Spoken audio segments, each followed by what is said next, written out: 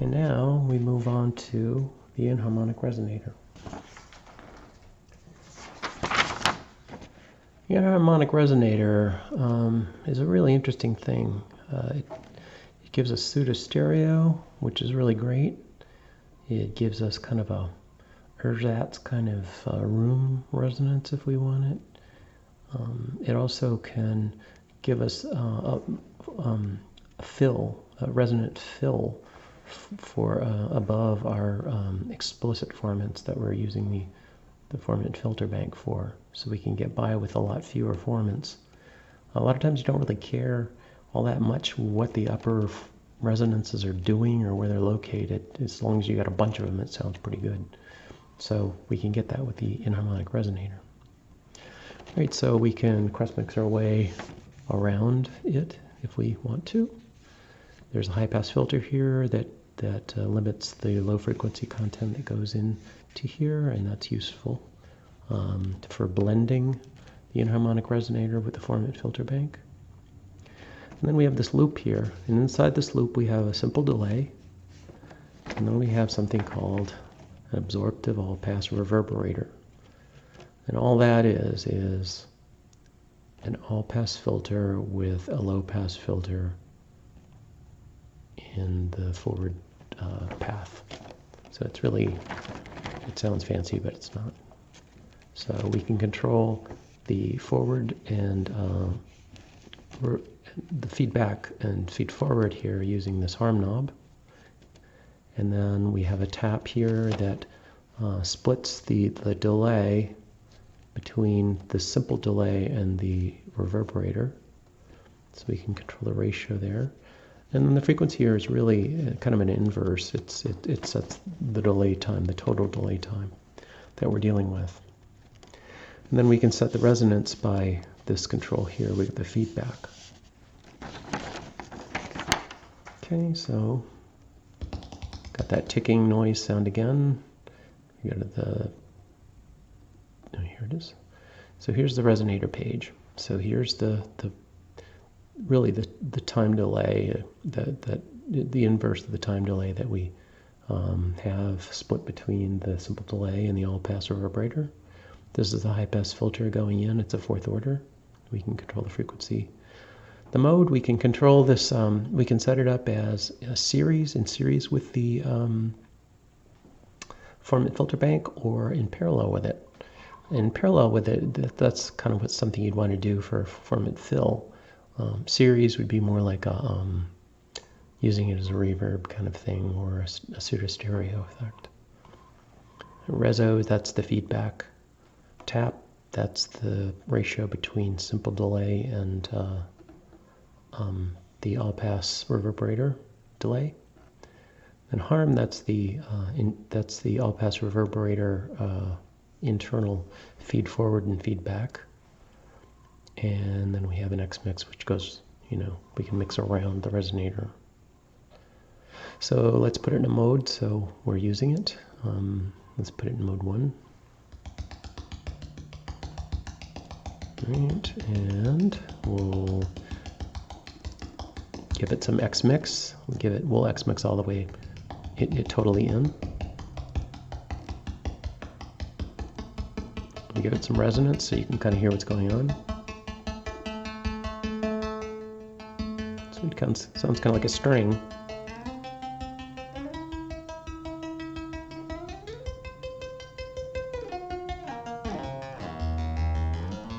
So when harm is 0 here, and the internal reverberator, the all-pass reverberator, has no feedback or feed forward, so we're dealing with a really simple delay here. And we can, if we set the reso negative, we get negative feedback, which is kind of more metallic sounding.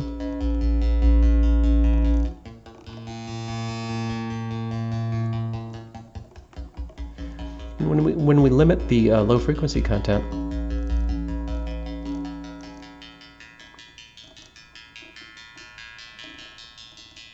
it sounds more like a cymbal.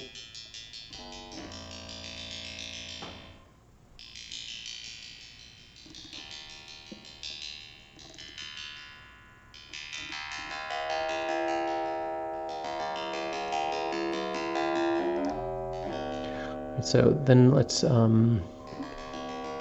use some all-pass feedback.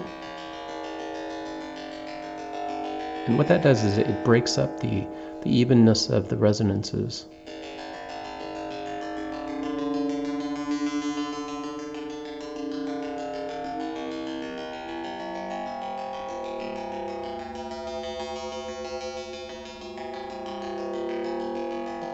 And then we can change the tap, and how much the ratio of memory, or the delay memory.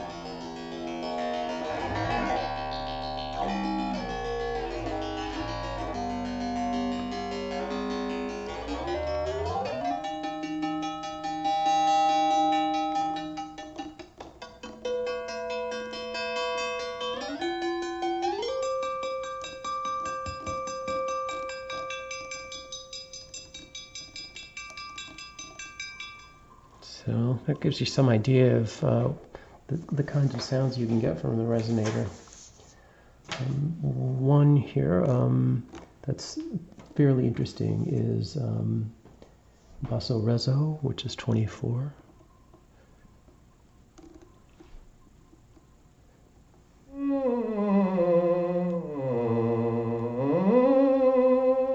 So we're forming this voice with no formants whatsoever. We're just using the resonator.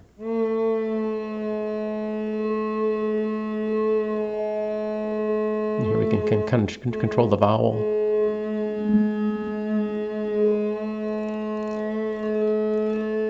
With the controls.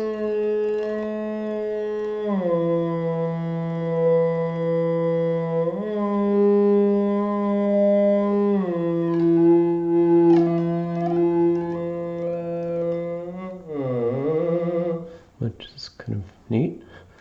And then we can do like really crazy stuff like buzzsaw 78. And this is just the resonator too.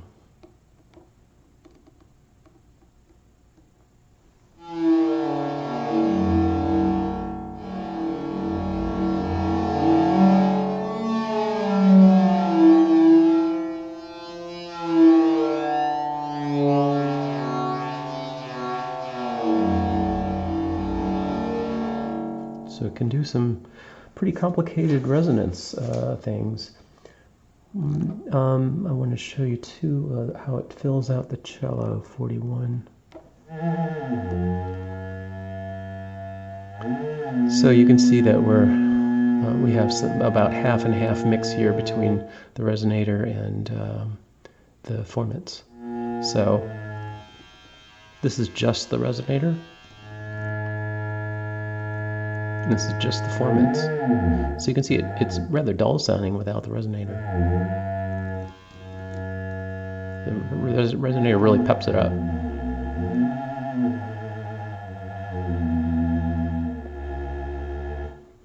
Or like the elephant bell, we're using it in a more resonant kind of situation. 91.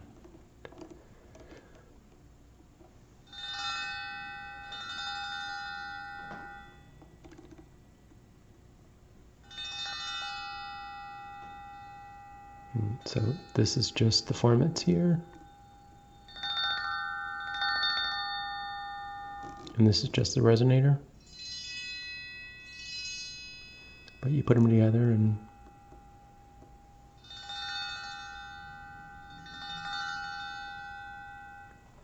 so that's a kind of in parallel mode also. So I guess that's kind of it. It's a very versatile filter to have in the D-Lev, and I'm very appreciative of the people who published their paper on it.